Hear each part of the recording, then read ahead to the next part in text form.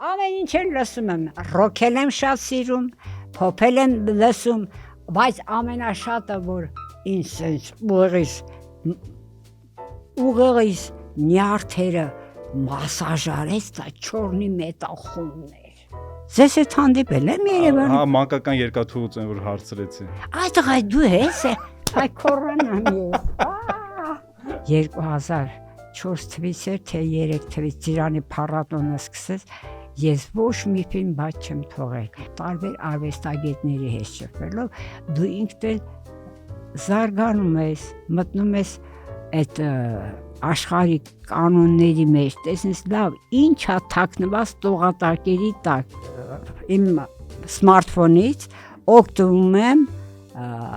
գտնել միջոցառումները։ Նախ իմ կյանքիս պատմությունը շատ ծանր է եղել։ Այդ տղա ես այսօր այնքան գործեր ունեմ, ժամը քանիսը դառավ։ Չգիտեմ, Բայց քո տունը շինվի։ 3 Ես ինտերնետը պետք է լսնեմ, դու այն մարդես ինչքան երկար է, ասա արագ։ Եթե Երևանում լինեք ներկայացման, համերգի կամ ցուցահանդեսի եւ չհանդիպեք Տիկին Մաշային, ուրեմն լոկային պատճառով, որ այդ պահին Տիկին Մաշան մեկ այլ միջոցառման է։ Տիկին Մաշան բաց չի թողում Երևանի ոչ մի մշակութային իրադարձություն եւ այսօրվա մեր հյուրն է։ Կխնդրեմ պատմեք ձեր առօրյան։ Ինչպես է անցնում, օրինակով հենց այսօրվա մշակութային ձեր պլանները ինչպիսին են այսօր։ Աշխատում եմ, որ ամեն օրը ծրագրավորած իմանալ քաղաքի որ մշակույթի օջախում ինչա կազմակերպվում։ Դա ինձ համար նշանակություն չունի։ Բոլոր դեպքերում մարդը պետքա կրթվի ամեն մի տեղից մի համուհոտ աստանում եւ վերջապես շփումը մարդկանց հետ շատ մեծ իմաստ ունի։ Այսօր ուր եք գնալու, համերգ, ցուցահանդես։ Այսօր այնքան տեղ ունեմ գնալու, այ բալասկի, վախենամ որ օթել չկարողանամ շնչել։ Մեր վերջին հանդիպման ժամանակ Երևանի պատմության թանգարանում էր։ Էլի բողոքեցիք, ասացիք չեք հասցնում գնալ։ Որ պատմության, կա Երևանի պատմության։ Ձեզ հետ հանդիպել եմ Երևանում։ Հա, մանկական երկաթուղուց են որ հարցրեցի։ Այդ տղա դու ես, այ կորոնան ես։ Ասացիք չեմ հասցնում։ Միակ ձեր բանը բողոքեն էր որ չեք հասցնում միջոցառման գնալ, որովհետև մի օրվա մեջ այնքան շատ են ու նույն ժամի են, որ չգիտեք որ մեկը գնա։ Որ դուք եք եղել։ Ոնց եք որոշում որտեղ գնամ։ Որտեղ գնալ, այո։ Նայում եմ օրինակ հիմա շատ կարճ ընթացքը վերցնեմ։ Նախ ունեմ միջոցառումների իմ սմարթֆոնից օգտվում եմ գտնել միջոցառումները, որտեղ ինչա գնում քաղաքի, բայց այս վերջերս այնքան շատացել է, որ թերթես մի 10 րոպե կանցնի, այսինքն այդքանի մեջ դու տեղավորվում ես, օրը գիշեր սարքես չի ստացվի։ Տարբեր տեսակի աշխատում եմ ինչքան հնարավոր է հասցնեմ գնամ տեսնեմ երգը, պարը, նրանց հետ կապված բոլոր միջոցառումները։ Հետաքրքիր է։ Բայց ամենաշատը ձեզ բոլորի շատ ֆիլմերը։ Հա, որովհետև ինչ ասել Վլադիմիր Իլիչ Լենինը, որ ամենամեծ բարձր արվեստը դա կինոն է, որովհետև այնտեղ ամեն ինչ կա եւ ամեն եւ բովանդակությունը, եւ երաժշտությունը, եւ խաղը, եւ ամեն միմիկան, ամեն ինչը մոտիկից եւ այլն, դրա համար ես երբ որ 2004 թվականից էր թե 3 թվականից Ծիրանի փառատոնը սկսեց, ես ոչ մի ֆիլմ բաց չեմ թողել, եթե ճար է եղել, որ ասենք խոսքի բանան եմ, անընդհատ մասնակցել եմ, իսկ անընդհատ մասնակցելով, տարբեր արվեստագետների հետ շփվելով, դու ինքդ էլ զարգանում ես, մտնում ես այդ աշխարհի կանոնների մեջ, տեսնես լավ, ինչա թաքնված տողատակերի տակ։ Մաշա տատի, երբ եք սկսել սենց մշակութային իրադարձություններով ապրել։ Ես դա ինձ ներշնչել է իմ հայրը։ Իմ հայրն է ներշնչել, լուսանկարիչ էր 15 գյուղի։ աշխատում էր Այգաբաց թերթում։ Ես ծնվել եմ Տավուշի Բերդ, այն ժամանակվա գյուղ էր։ Նախ իմ կյանքիս պատմությունը շատ ծանր է եղել։ Իմ մայրս ավարտել է գրադարանային տեխնիկումը, աշխատել է ու այդ ժամանակ հայրիկիս մորքուրը այդ գյուղում է եղել Չորաթանում։ Ես ծնվել եմ ապրիլի 22-ին, 3 ամսից հետո հայրն է գալի Ալտայսկի այդ Ալտայսկի կրայից, որ իրանք սորել էին, ու ասում է դու չես համապատասխանում, դրանք քյասի ընտանիք են, մենք հարուստի ընտանիք ենք։ Արի մեր տուն, ձեռս բռնում է, տանում է։ Հայրս ու տատս մայրական ինձ սկսում են փախել։ Հայրս գնացել է այցի, նախ կերակրել է ինձ հորեղբորս կինը, ոնց որ ինձ համար մայրն էր։ Կերակրվել եմ եւ իրեն կաթով, եւ միաժամանակ հայրս գնացել է գյուղի ծայրից, մենք գերեզմաններին խաչ էինք ասում, խաչի մոտ մի հատ կին ա եղել, որ մաքուր կին ա եղել, մաքուր անարատ կաթ ա վաճառել, զուգահեռաբար, եւ հորեղբորս կնոջ եւ այդ այծի կաթով եմ սնուցվել, քանի որ ես մայր չունեի, 4 տարեկանից բակա, երբ որ նայում եմ կոպկիկ սենց հագնված իմ գեղեցիկ համաս, ամեն տեղ նկարում էր։ Բայց հայրս ինձ ասում էր, որ քեզ հարցնենք, ասես Ցագանի աղջիկն եմ, նկարիչ, կշեշտես, նկարիչ Ցագանի աղջիկը։ Իսկ ինչ էր նկարում։ Գնում էր, երբ որ ավարտական դասարանների աշակերտները արդեն փոխադրում էին տարբեր դասարաններ, նկարում էր։ Ես որ 7 տարեկան էի, ինձ համար բանաստեղծություն էր գրել։ Շատ-շատերն էր Շամշադին սովորելում թանկանգին, բայց աղջիկս էլ 7 տարում, այնքան, տեսել 7 տարում այնքան ված չի սովորում։ Ընկերներն էլ ճանաչում, մարետիկ են միշտ կանչում, բարակիրան է, թեթև, ոնց որ ձգած դեպերև, նա դպրոցում թեև հես, բայց թե փորձիր տանը տես, մեկ հենց որ հասնում տուն, ուսուցչուհուն նմանվում, տիկնիկ, փիսիկ նստեցնում, բարկացած է ձևանում, կարգին նստիրանա մոտ, հանգիստ պահի ձեռու մոտ, դասի տեղ էլ չգիտես, կարծես այստեղ հյուր լինես, այս ինչ տառը լավ նայիր, ապա տառերը կապիր, հանգիստ կարդա, չտապես, մարետիկը կուկնի քեզ, եւ տատիկը նայում, լրջանում է, ծիծաղում, տատիկ տետրս բերեմ տես, 5 ստացա այսօր ես, ուսուցչուհին ինձ ասաց, բարձր ես կարդում, մի քիչ ցած, ամեն տեսած ու լսած հաղորդում է համայված, գերազանցել որ ստանա, ձայնը լսի դու նրա, ոչ չդրած դեր պակում, պայուսակը նվակում, ոգևորվում է անհուն ու երկելով գալիս տուն, բայց երբ գալիս հասնում տուն, խելոք դառնում դատուն, նախ դասերն է պատրաստում, ապա տատին մոտենում, իր մեմ ձայնով նվակում, տատից հարցնում է թաքուն, ինքը պետք է ինչ բանի, տատը գործավոր անի, տատն էլ թեև գործ տալիս, թռան գլուխը շոյում, չէ, հետո ինչ-որ մեկը որ գալիս է մի խոսքը այնքան երկար աշփոթվեց։ Այդ երբ ա գրել։ Ես 7 տարեկան եմ եղել ու ինձ միշտ Մարետ են ասել, ինձ բոլորը իմ շրջապատն են, Մարետ, մայրս էլ է որ Մարետ իմացել։ Մարետ։ Ու ես առաջի դասային երբ որ գնում եմ, որ տնօրենը մեր Մարդանյանն էր, արտասանեցի, բան գլուխը շոյեց, սիրեց, ասում ես ինչ լավ բարեկա, ընդունվեցիր առաջի դասարան, համար 1 միջնակարգ դպրոցներ, մի հատ էլ 8-ամյակար, բայց ես միջնակարգ դպրոցն եմ ընդունել։ Եվ ինչ կարդում է ուսուցչուհին, բոլորի անուն ասկանում, ինձ կարդում է Մարուս Մաթևոսյան, ես չկամ, այդտեղ ես արդեն սկսեցի ոտերս գետին խփել ու ջղայնացած լազ լինել, ասեցի ուրեմն ես չեմ ընդունվել, դասատուն ձեռքս բռնեց, ասեց անկյուն կանի, քո չարության համար, դե հունագախի չի, որ ես իմացել եմ անունս Մարետատ է, Մարուսագված եղել, ինձ անկյուն կանգնացեց, ասեց գնա անկյուն կանգնի, գլուխ տեր պատին դուր, ես էլ ինչ ասում եմ միամիտ, հավատացի, գնացի անկյունում կանգնեցի ու 3 անգամ գլուխս խփեցի, որ Գնացի տուն հասա, նստել եմ ու լացում։ Ինչ են ընդունել։ Հայրս ծիծաղից ժպտում էր, ուրախանում էր իմ այդ բանի արձագանքի վրա, էլի որ ես մի խոսքով տենց նոր բացատրեց, որ սենց է։ Ինձ տանում էր անտառները, ասում էր, այ օրինակ չեմ անում, տարբեր տեսակի բաներ էր սովորել, ասում էր, օրինակ ասա, տես ասում է, ունա լսում, արձագանքը, մանկական երազանքը հեքիաթը երբ ավարտվեց։ Դե երբ որ հայրս մահացավ 58 թվին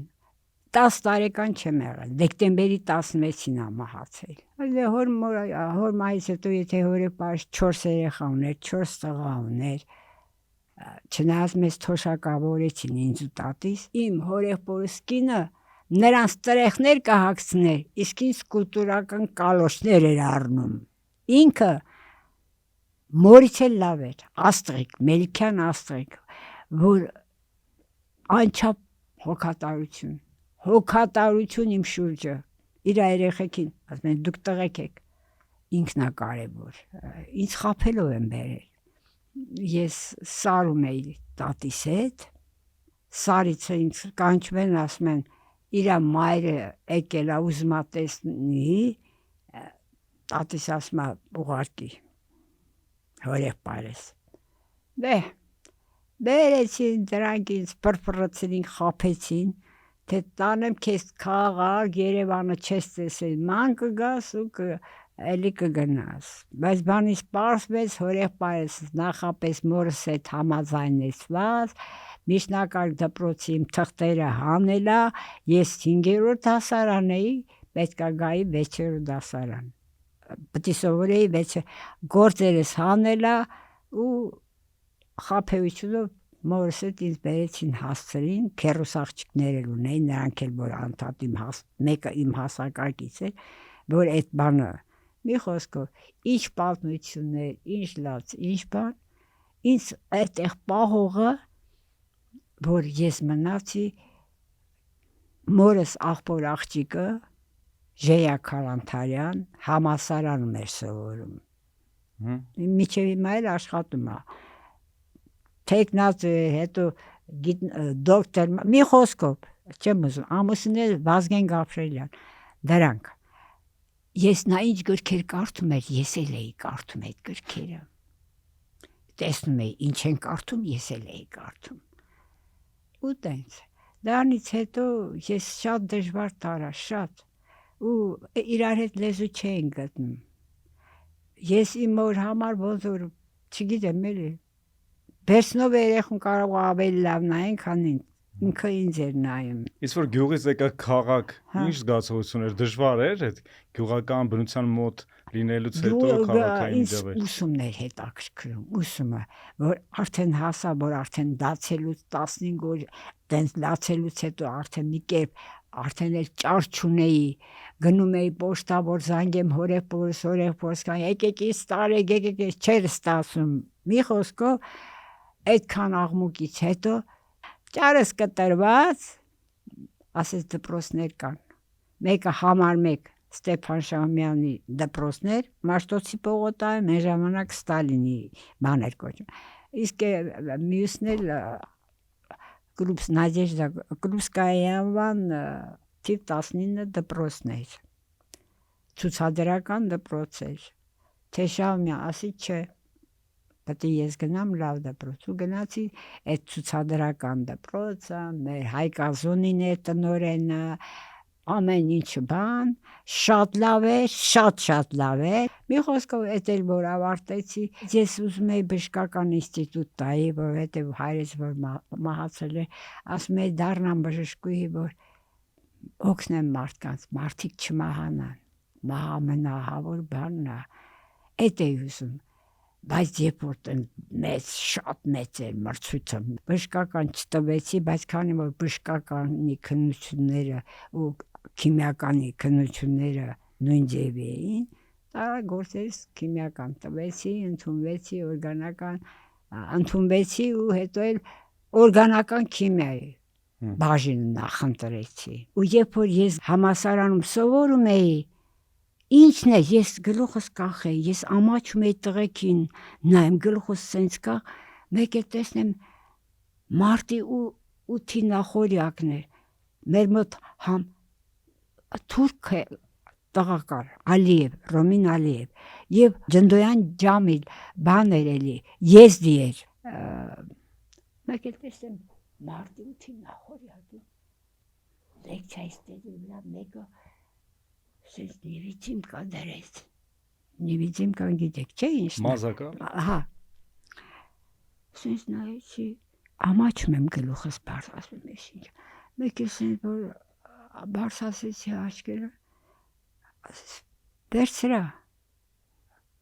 ասեցի, վայ մեզ ինչու է ինձ տալիս, ես ինչի համար է ես նիվիձիմկան ինձ տալիս, կարող է ես տղեն աչք ունենա ինձ վրա, ու ես ինչ ամոթ բաներ են անում, ու տես թողեցի, մեկ էլ էշս ենքան էշեի, որ տեսնեմ էդ նույն Ալիևը ամեն մեկի անկախ նրանից ինչ ազգության է, էդ նիվիձիմկեքը բաժանում է, տարիներ հետո սան մի 5 տարի առաջ հանդիպեցի Ալիևին, հետո խոսացի, ասում Ալիև ջան, առաջի բանը, որ ես սենց զարմացրեցի իրից, քո էդ հոգատարությունը, որ մարտի 8-ի հետ կապված էդ նիվիձիմկան բաժանում էիր բոլորին, հետո խեղճ պատմեց, որ հալածանքներից հայերը բան չանեն, իր կեսը հայ ա եղել, կեսը թուրք ա եղել, բերել ա ազգանունը հայացրել, հիբրիդ ա եղել, էլի խառնուրդ ա եղել, էդ էլ տենց մեր Ռոմին Ալիևի հետ կապված պատմությունը, այսինքն դրա հետ կապված իմ ամոթը, ես գլուխս չէի բարձրացնի բոլորովին, ով ինչ ուզում էր իմանալ, պետք է գար ինձանից, իմանալ, ասել, բանան, էդ ա եղել։ Ձեր ամուսնուդ որտեղ հա, ամուսնուս հետ, ուրեմն ասեմ, ամուսնությունը իմ գլխին, ես մինուճար եմ, մինուճար երեխեքը ուզում են իրանք էլ քույր ունենան, աղբեր ունենան եւ այլն եւ այլն։